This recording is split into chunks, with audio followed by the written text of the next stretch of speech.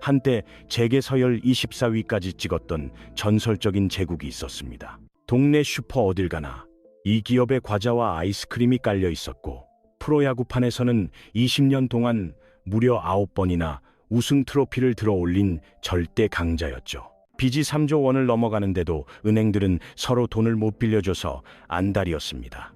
믿는 구석이 있었으니까요. 하지만 문제는 그 막대한 자금이 본업인 제과가 아니라 엉뚱한 곳으로 흘러갔다는 점입니다. 전자공장을 짓고 중공업에 뛰어들더니 건설업까지 문어발식으로 확장을 거듭했죠. 도대체 잘나가는 과자 회사가 왜 이런 무리수를 뒀을까요? 혜태.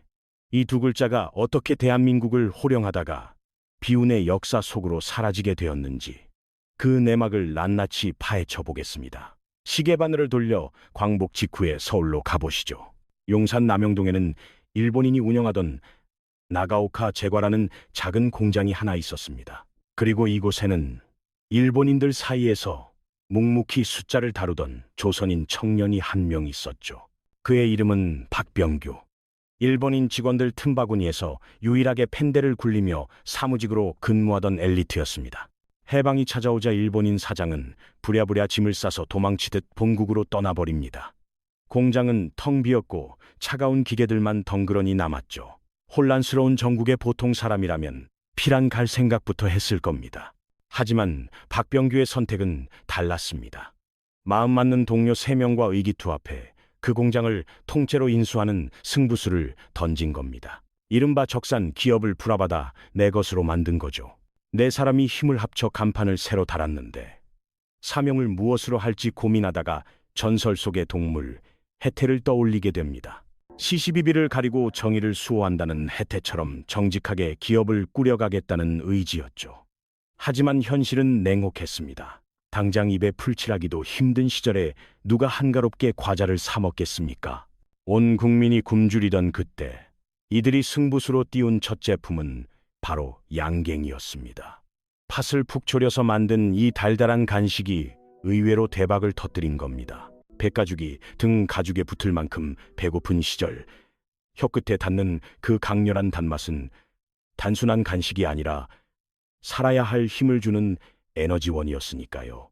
가마솥에 직접 장작불을 떼가며 한천과 팥을 삶아 만들었는데 입소문을 타고 날개 돋친 듯 팔려나갔습니다. 하지만 기쁨도 잠시, 사업이 궤도에 오르기도 전에 6.25 전쟁이 터지고 맙니다. 폭격으로 공장은 잿더미가 됐고 직원들은 뿔뿔이 흩어졌습니다. 절반 이상이 전쟁통에 유명을 달리했죠. 일반적인 회사였다면 여기서 역사가 끝났어야 했습니다. 그런데 살아남은 직원들은 솥단지 하나를 둘러매고 피란길에 오르는 기적을 보여줍니다. 부산 판자촌 어딘가에 천막을 치고 그 솥으로 다시 양갱을 끓여냈죠. 포탄이 날아다니는 와중에도 단 것을 찾는 수요는 여전했거든요. 덕분에 혜태는 창립 이래 단 하루도 공장 가동을 멈춘 적이 없다는 그야말로 전설 같은 기록을 남기게 됩니다. 전쟁이 끝나고 서울로 환도한 혜태는 본격적인 도약을 준비합니다. 미군 부대에서 흘러나온 껌과 알록달록한 사탕을 보며 새로운 사업 아이템을 구상한 거죠. 우리 기술로는 안 될까? 당시 껌은 전량 수입품이었는데 이걸 국산화해보자며 일본에서 과감하게 기계를 들여왔습니다. 대한민국 껌의 역사가 시작되는 순간이었죠. 그런데 여기서 재미있는 에피소드가 하나 있습니다. 당시 혜태가 내놓은 껌 중에 가장 히트한 상품이 일명 담배껌이었는데 생김새가 영락없는 담배였거든요. 광고 카피가 가관이었습니다. 아빠도 한 대, 나도 한 대. 지금 같으면 아동학대로 신고당할 일이지만 그때는 없어서 못 팔 정도로 불티나게 팔렸습니다. 어른 흉내를 내고 싶어하는 아이들의 심리를 정확히 꿰뚫은 거죠. 아무튼 이 껌 대박으로 회사는 급성장하게 되는데 진짜 혁명은 그 다음이었습니다. 찜통더위가 찾아오면 사람들은 시원한 걸 찾기 마련이죠. 당시 여름 간식이라곤 설탕물에 색소를 타서 얼린 아이스케끼가 고작이었는데 혜태는 판을 뒤집을 생각을 합니다. 유럽에서 맛본 부드러운 소프트 아이스크림을 한국에서도 만들어보자고 결심한 겁니다. 직원들을 낙농 선진국 덴마크로 보내 기계를 공수해왔지만 예상치 못한 난관에 부딪혔습니다. 아이스크림의 핵심 원료인 탈지 분유가 국내엔 없었던 겁니다. 결국 어디서 구했냐고요? 이번에도 역시 주한미군이었습니다. 미군 부대에서 탈지분율을 조달해 아이스크림을 찍어내기 시작했죠. 다행히 혜태 공장의 위생 수준이 높아서 미군 납품 자격까지 따낸 덕분에 가능한 일이었습니다. 그런데 치명적인 단점이 하나 있었어요. 아이스크림을 담는 콘 과자가 수분을 먹어 눅눅해지는 거였습니다. 숱한 실패 끝에 찾아낸 해결책이 그야말로 신의 한 수였죠. 바로 콘 과자 안쪽에 초콜릿을 발라 코팅을 하는 방법이었습니다.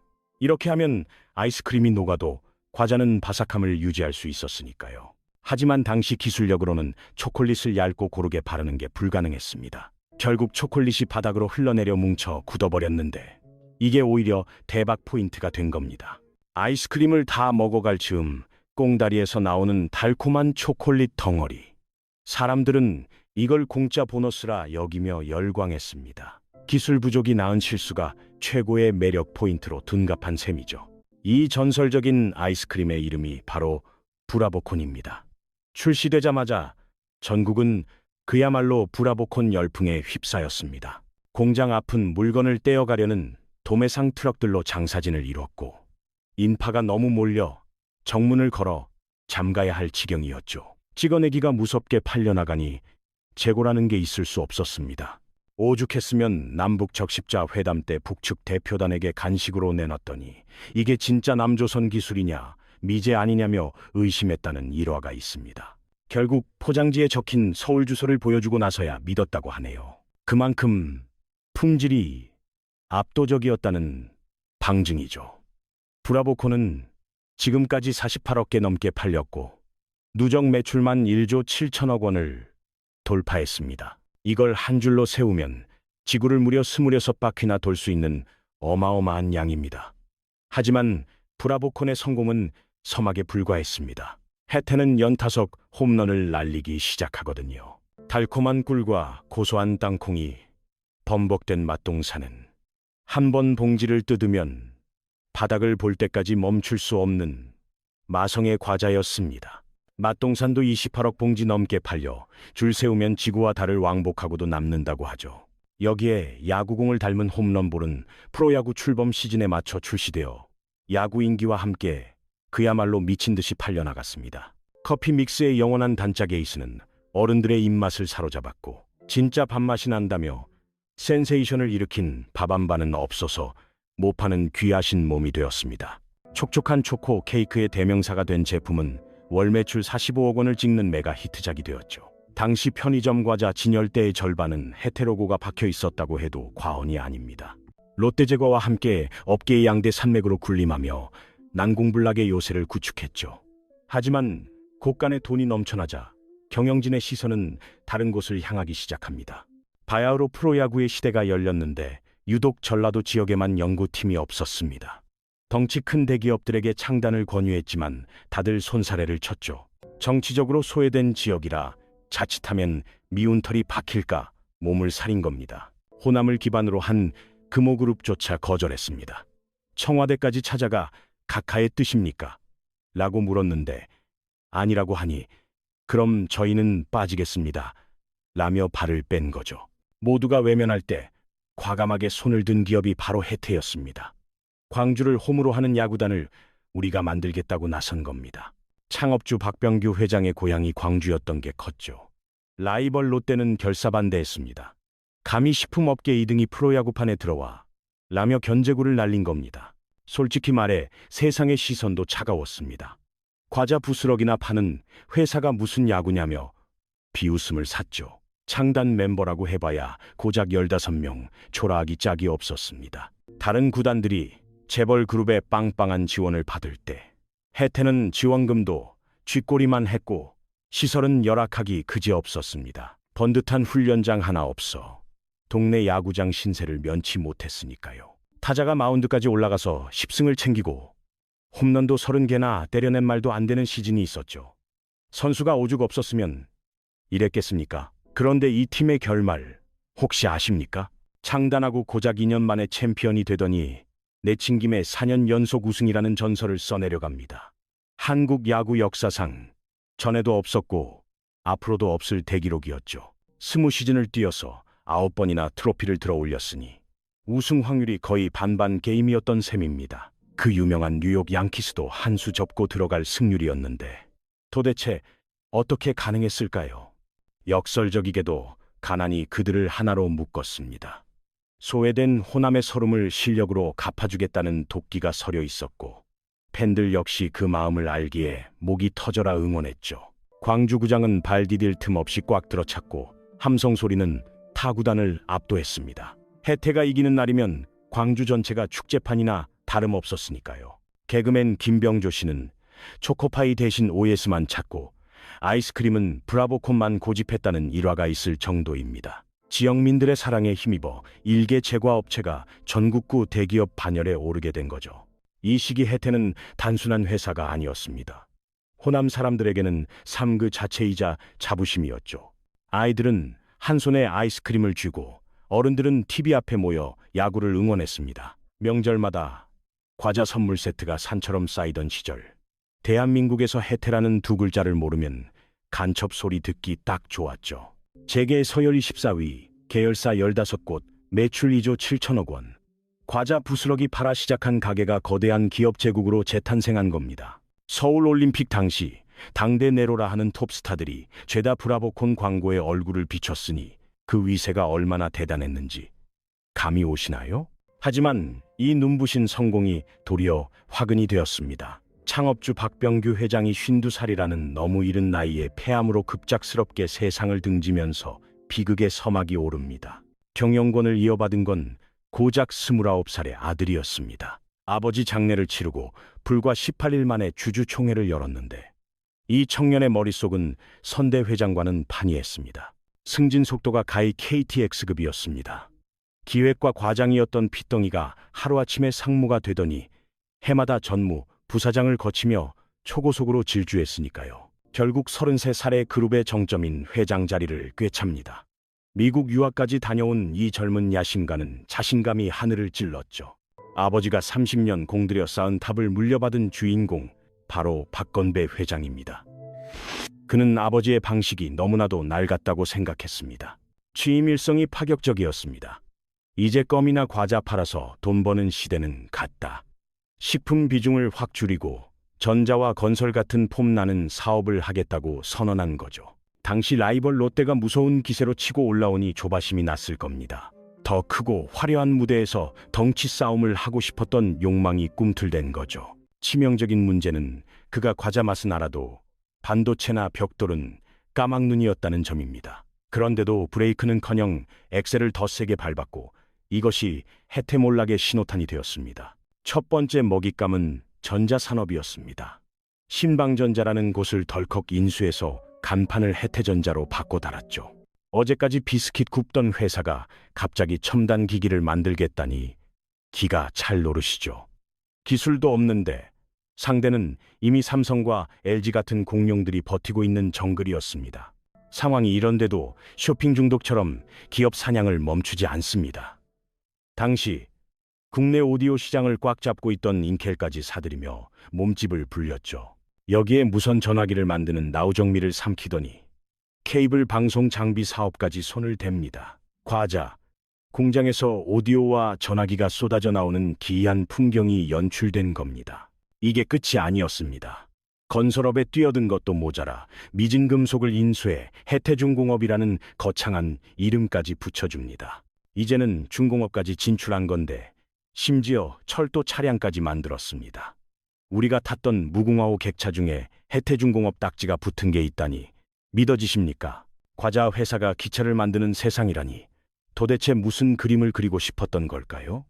대한민국 재벌 특유의 문어발식 확장의 끝판왕을 보여준 셈입니다. 잘 알지도 못하는 분야에 무턱대고 발을 담근 건데 이 막대한 자금이 다 어디서 났겠습니까?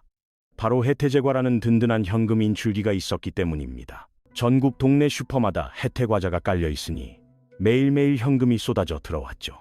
자금, 회전력 하나만큼은 타의 추종을 불허했습니다.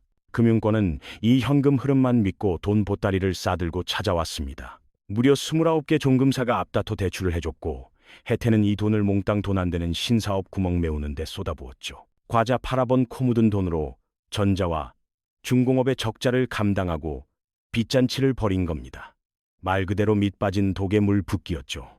빚은 눈덩이처럼 불어만 갔습니다. 겉보기엔 번드르르한 대기업이었지만 실상은 3조 원에 달하는 빚더미 위에 위태롭게 서 있는 모래성이었습니다. 정확한 부채 규모가 2조 9,780억 원. 과자만 팔아서 갚으려면 수십 년이 걸릴 천문학적인 액수인데도 확장은 멈출 줄 몰랐습니다. 회장은 도박판의 타짜처럼 판돈을 계속 키웠습니다.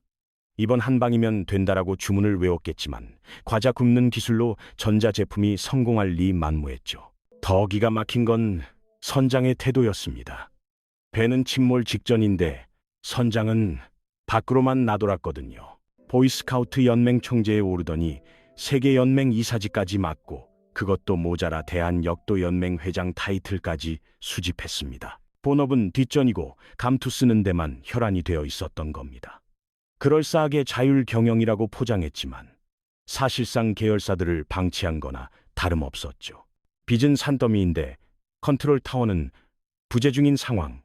혜태 타이거즈를 어떻게 굴렸는지만 봐도 이 회사가 얼마나 엉망이었는지 답이 나옵니다. 한국 프로야구의 절대 강자로 군림했지만 선수 대우는 눈물겨울 수준이었습니다.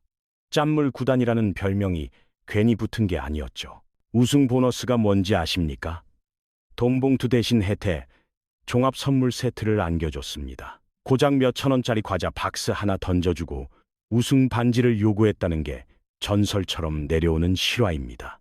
연봉도 타구단에 비해 턱없이 적었는데 우승 직후 터진 그 유명한 사건이 선수들의 분노를 대변합니다. 구단은 오히려 허리띠를 졸라맸습니다. 숙소와 식사지를 떨어뜨린 것도 모자라 선수들의 사기 진작용 타격 보너스마저 반토막을 내버린 겁니다. 안타 치면 10,000원, 2루타 치면 20,000원 주던 푼돈마저 깎아버리니 선수들이 폭발할 수밖에요. 결국 집단행동, 즉 항명을 결의하게 됩니다. 구단주가 주최한 회식 자리, 불판 위에는 불고기가 지글거리고 있었지만 그 누구도 젓가락을 들지 않았습니다. 섬뜩한 침묵만 흘렀죠. 고기는 시커먼 숯덩이가 되어 연기만 자욱하게 피어올랐습니다. 이것이 바로 야구계의 전설로 남은 불고기 항명 사건, 선수들의 소리 없는 절규였죠. 격분한 구단주는 자리를 박차고 나갔고 감독은 주동자를 색출하겠다며 길길이 날뛰었습니다. 결국 한 선수가 총대를 메고 벌금과 출장 정지를 당해야 했죠. 나중에 알고 보니 그 선수는 주동자도 아니었습니다. 진짜 리더들은 따로 있었는데 눈치 게임에서 지는 바람에 억울하게 독박을 썼다는 웃지 못할 뒷이야기가 전해집니다. 엉뚱하게 터진 이 사건 뒤에도 구단의 지독한 구두쇠 본능은 여전했어요. 오죽하면 타 구단들이 연봉 협상 테이블에서 야, 혜태 애들 받는 거 봐라 하면서 비교 대상으로 삼았겠습니까? 우승 밥 먹듯이 하는 혜태도 이만큼 받는데 너희가 무슨 염치로 인상을 요구하냐? 라며 선수들 기를 죽이는 데 써먹은 거죠. 그렇다면 이렇게 야구단 고열까지 짜내서 모은 돈은 다 어디로 증발했을까요? 전부 전자사업에 구멍을 메우고 중공업 빚잔치 하는데 쏟아부었습니다. 혜태제과는 매일 황금알을 낳는 거위였는데 경영진은 그 알을 가져다가 엄한 시궁창에 버리고 있었던 셈이죠. 과자는 없어서 못 팔 정도였습니다.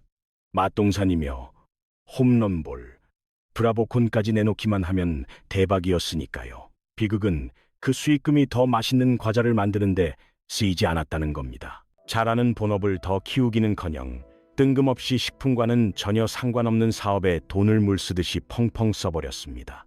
국민들은 맛있는 과자를 사 먹는다고 생각했겠지만 사실은 부실한 전자회사와 중공업 회사의 빚을 대신 갚아주고 있었던 꼴이죠. 당시 혜태의 부채 비율은 재계에서 악명 높은 수준이었습니다. 겉만 보면 매출 2조 원이 넘는 거대 기업 같았지만 속은 이미 썩어 문드러지고 있었습니다. 그런데도 멈추지 않고 덩치를 키웠어요.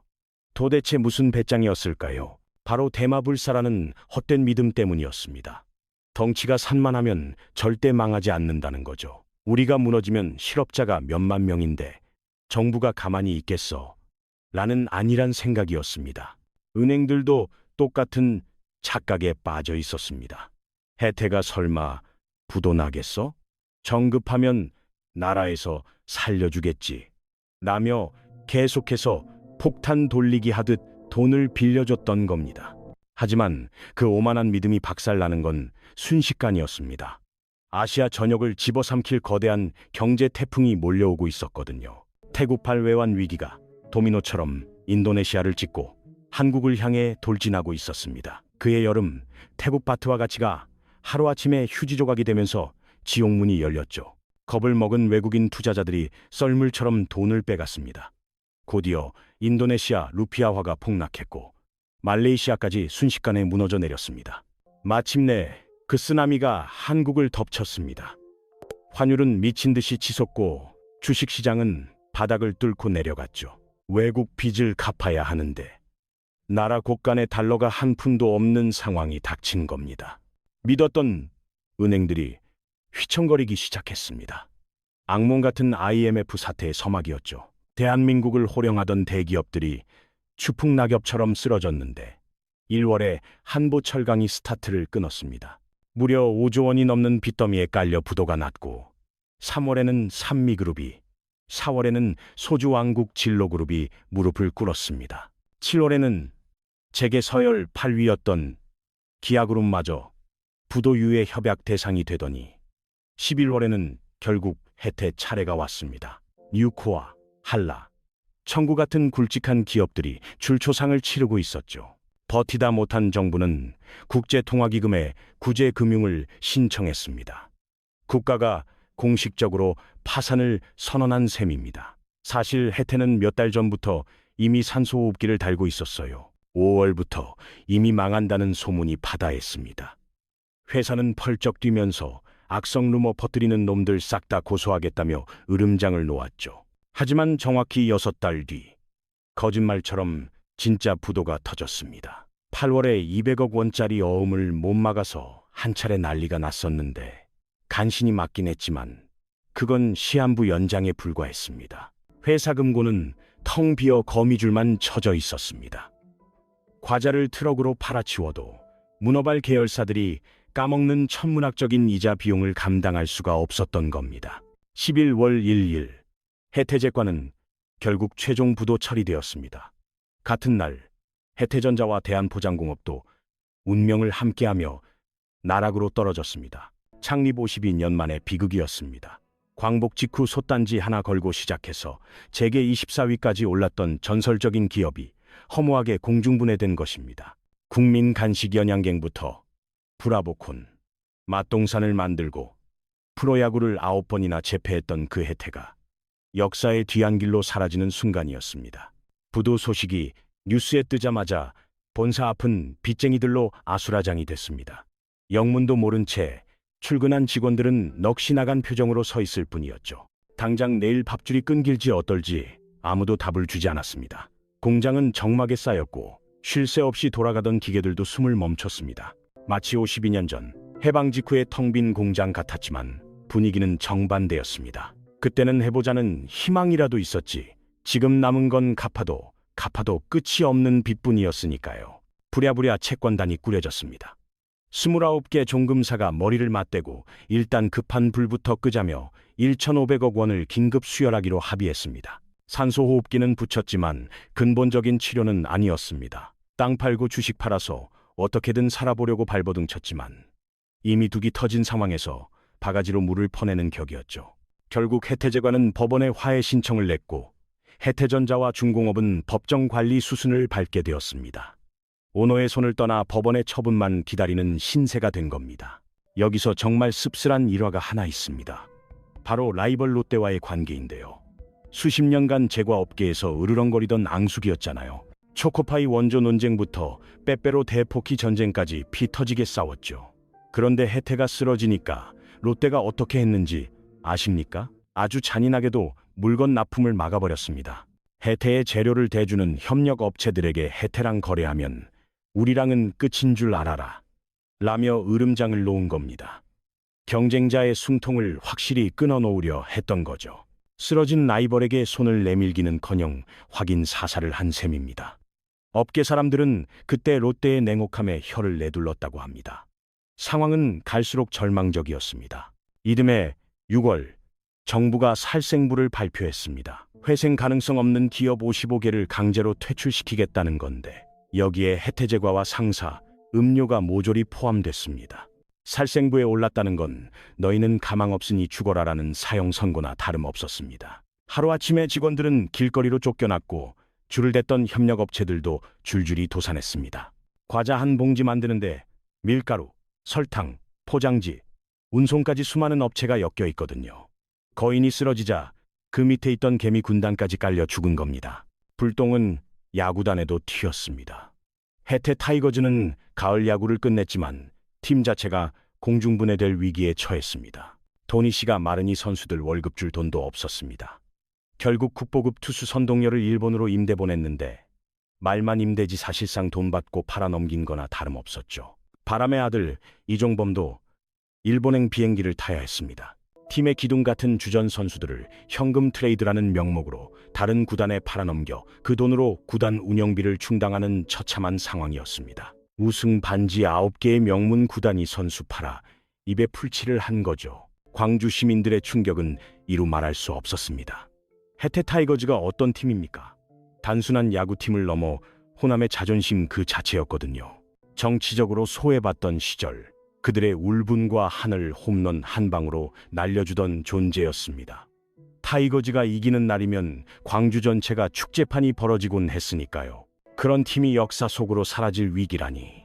팬들은 발을 동동 구르며 제발 우리 팀 좀 살려달라고 울부짖었습니다. 하지만 모기업이 시체 상태인데 야구단이 온전할 리 없었죠. 더 기가 막힌 건 회장의 태도였습니다. 회사가 이 꼴이 났는데 책임지는 신안조차 안 했거든요. 경영일선에서 물러나긴 했지만 법적인 처벌은 요리조리 피했습니다. 장부 조작이나 횡령 같은 구체적인 범죄 증거가 안 나왔다는 게 이유였습니다. 단지 경영을 무능하게 해서 말아먹은 건 죄가 안 된다는 논리였죠. 법적으로는 무죄였을지 몰라도 도의적으로는 아니었습니다. 수만 명의 직원과 가족들이 피눈물을 흘리며 거리에 나앉았는데 정작 선장은 털끝 하나 다치지 않고 빠져나간 겁니다. 이게 바로 그 시절 재벌 시스템의 추악한 민낯이었습니다. 그 거대했던 해태그룹이 공중분해되는 순간이었습니다.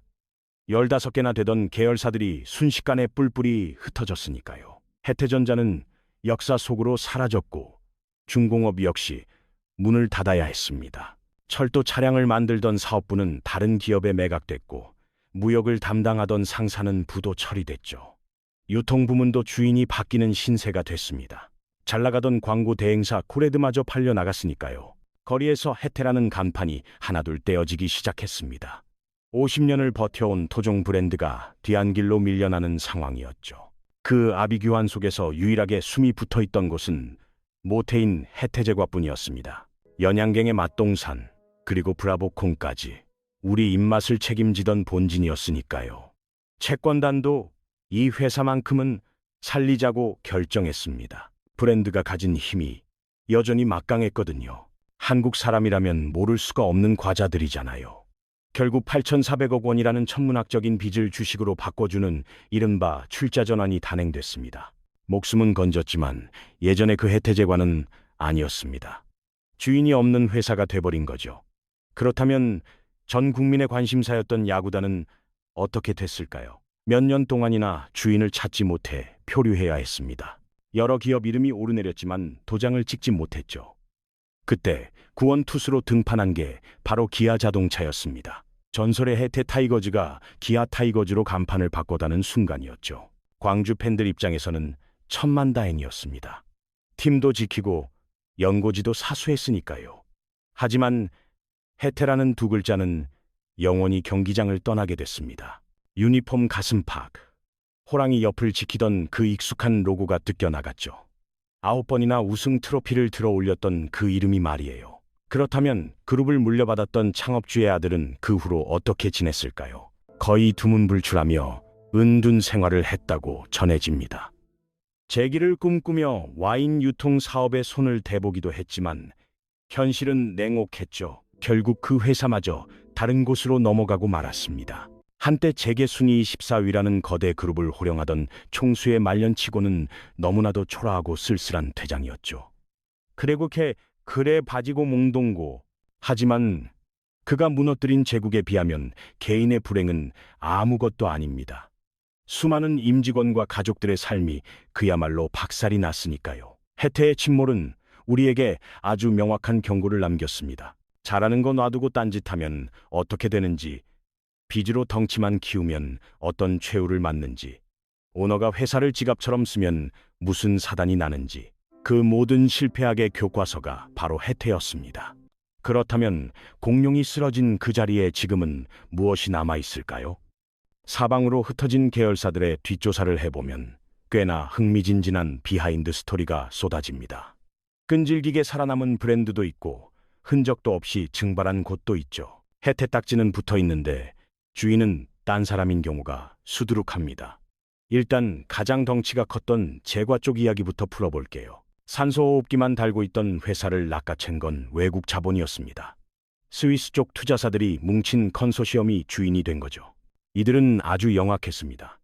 해태제과 식품이라는 법인을 새로 파서 알짜배기 제과 사업만 쏙 빼갔거든요. 빚더미는 옛 회사에 그대로 던져두고 돈 되는 것만 챙긴 셈입니다. 껍데기만 남은 원래 회사는 건설업으로 근근히 버티다 결국 간판을 내렸죠.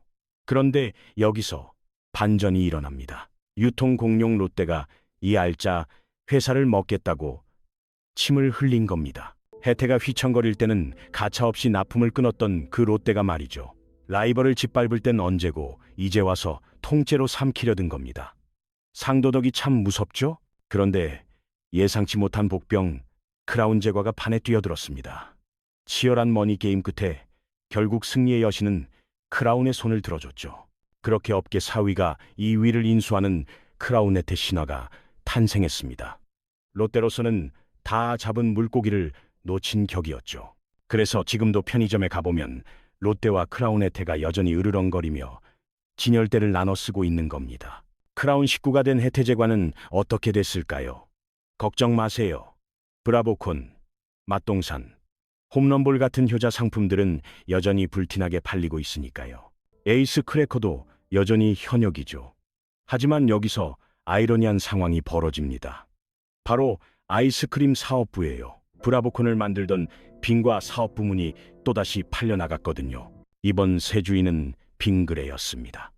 졸지의 해태의 간판 스타 브라보콘이 빙그레 족보로 들어간 거죠. 그러니까 여러분이 브라보콘을 사드시면 그 돈은 해태가 아니라 빙그레 주머니로 들어가는 겁니다. 껍데기엔 여전히 해태 마크가 찍혀 있어서 다들 감쪽같이 속고 계신 거죠. 자, 그럼 음료 쪽은 어떨까요? 포도 알갱이 씹히는 봉봉 다들 기억하시죠? 과일 알맹이가 동동 떠다니던 그 추억의 음료 말이에요.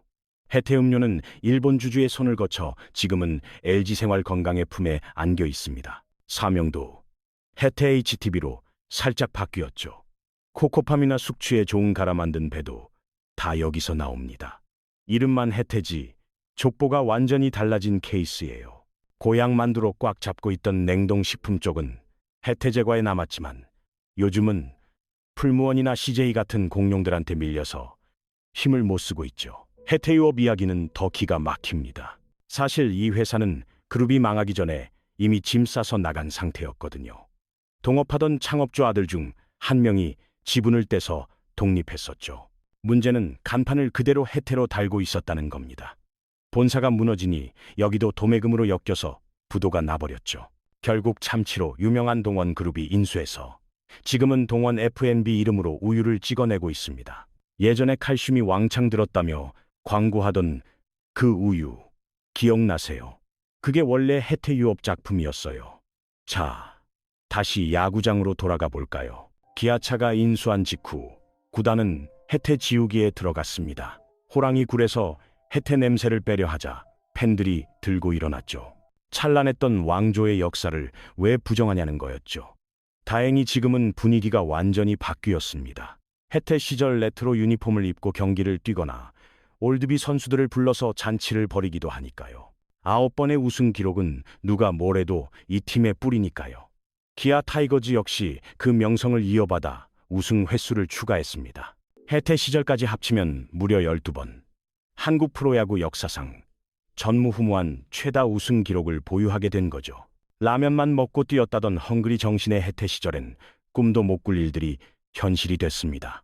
스타 선수에게 수백억을 안겨주고 외국인 용병도 빵빵하게 데려오죠. 든든한 모기업이 뒤를 봐주니 가능한 일입니다. 과자 팔아서 야구단 꾸리던 시절과는 체급 자체가 달라진 겁니다. 그렇다면 짠내 나던 그 시절은 실패한 역사일까요? 천만의 말씀입니다. 해태 타이거즈가 악조건 속에서도 우승을 밥 먹듯이 할 수 있었던 건 선수들의 악바리 근성과 팬들의 미친 듯한 사랑 덕분이었으니까요. 돈이 없으니 오기로 뭉쳤고 호남의 자존심을 세우겠다며 이 악물고 뛰었습니다. 지금 기아 타이거즈가 자랑하는 그 열성적인 팬덤의 뿌리는 바로 그 시절에 박혀 있는 겁니다. 그때의 눈물과 환호가 대를 이어 내려오고 있는 셈이죠. 자, 그렇다면 우리는 해태 제국의 멸망에서 무엇을 배워야 할까요? 첫째, 한 우물만 팔아입니다. 과자나 잘 만들던 회사가 갑자기 중공업이니 전잔이 기웃거릴 이유가 없었거든요. 뭣도 모르는 분야에 돈을 쏟아붓다가 밑 빠진 독에 물 붓기가 된 꼴입니다. 요즘도 잘 나간다고 문어발 확장하다가 본진까지 털리는 기업들 꽤 있죠. 해태가 딱 그 짝이었습니다. 두 번째 교훈은 바로 빚의 공포입니다. 남의 돈 빌려서 덩치를 키우면 처음엔 로켓을 단 것처럼 보입니다. 하지만 비가 오기 시작하면 그 빚은 족쇄가 되어 발목을 자르죠. 해태가 짊어졌던 빚만 3조 원이 넘었습니다. 경기가 좋을 때야 돌려막기로 버텼지만 외환위기라는 파도 한 방에 와르르 무너졌죠. 금리가 치솟는 요즘 제2의 해태가 되지 말란 법이 없습니다. 역사의 수레바퀴는 돌고 돈다더니 이번 사태도 예외가 아닙니다. 가장 뼈아픈 실책은 바로 경영진의 책임의식 부재였죠. 오너가 독단으로 기업을 벼랑 끝으로 내몰았는데 정작 심판대에 선 사람은 아무도 없었습니다. 피눈물은 애구운 직원들과 하청업체들이 다 쏟았는데 판을 짠 수뇌부는 유유히 빠져나갔습니다. 권한만 누리고 책임은 지지 않는 그 시절 대한민국 재벌 시스템의 민낯이 그대로 드러난 겁니다. 세월이 흘러 시스템이 개선됐다고는 하나 아직 갈 길이 멉니다. 아이러니하게도 해태라는 사명은 선악을 구별하는 전설 속의 동물을 뜻하거든요. 정의의 수호신을 상징하는 이름이었죠. 창업주는 정직과 신뢰를 무기로 삼겠다는 결의로 간판을 걸었을 겁니다. 하지만 경영권을 넘겨받은 이 새 경영자의 행보는 그 숭고한 정신과는 정반대, 말 그대로 역주행이었습니다. 감당 못할 문어발식 확장, 눈덩이처럼 불어난 빚, 그리고 비겁한 책임 회피까지. 해태라는 이름값이 아까울 지경이었죠. 초심을 잃은 기업의 말로가 얼마나 비참한지 그들은 몸소 증명해 보였습니다. 지금도 집 앞 편의점 진열대엔 익숙한 해태의 스켓들이 놓여 있습니다. 혀끝에 닿는 맛은 변함없지만 그 뒤에 있는 주인은 우리가 알던 그 해태가 아닙니다. 껍데기만 남은 셈이죠. 인수합병을 거치며 주인은 여러 번 바뀌었고 거대했던 그룹은 공중분해됐습니다. 오직 소비자들이 기억하는 그 맛, 그 추억의 힘 하나로 브랜드 생명줄만 겨우 붙어있는 형국입니다. 구독자님들의 어린 시절 앨범 속에도 이 과자들과 함께한 사진 한 장쯤은 분명히 있으실 겁니다. 소풍 가방 필수품이었던 맛동산, 야구장 함성 속의 홈런볼, 무더위를 식혀주던 브라보콘까지. 비록 기업은 역사책 뒤편으로 사라졌어도 우리 혀와 가슴에 새겨진 그 시절의 향수는 여전히 유효합니다. 오늘의 비하인드 스토리가 단순한 옛날 이야기로 끝나지 않길 바랍니다. 제과로 시작해 한국 야구의 전설을 쓰기까지 무려 50년이 넘는 세월 동안 우리와 희로애락을 함께했던 기업이었으니까요.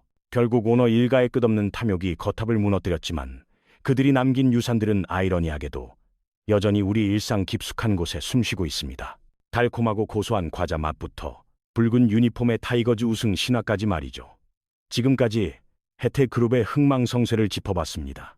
영상이 유익했다면 좋아요와 구독 버튼 한번 시원하게 눌러주세요.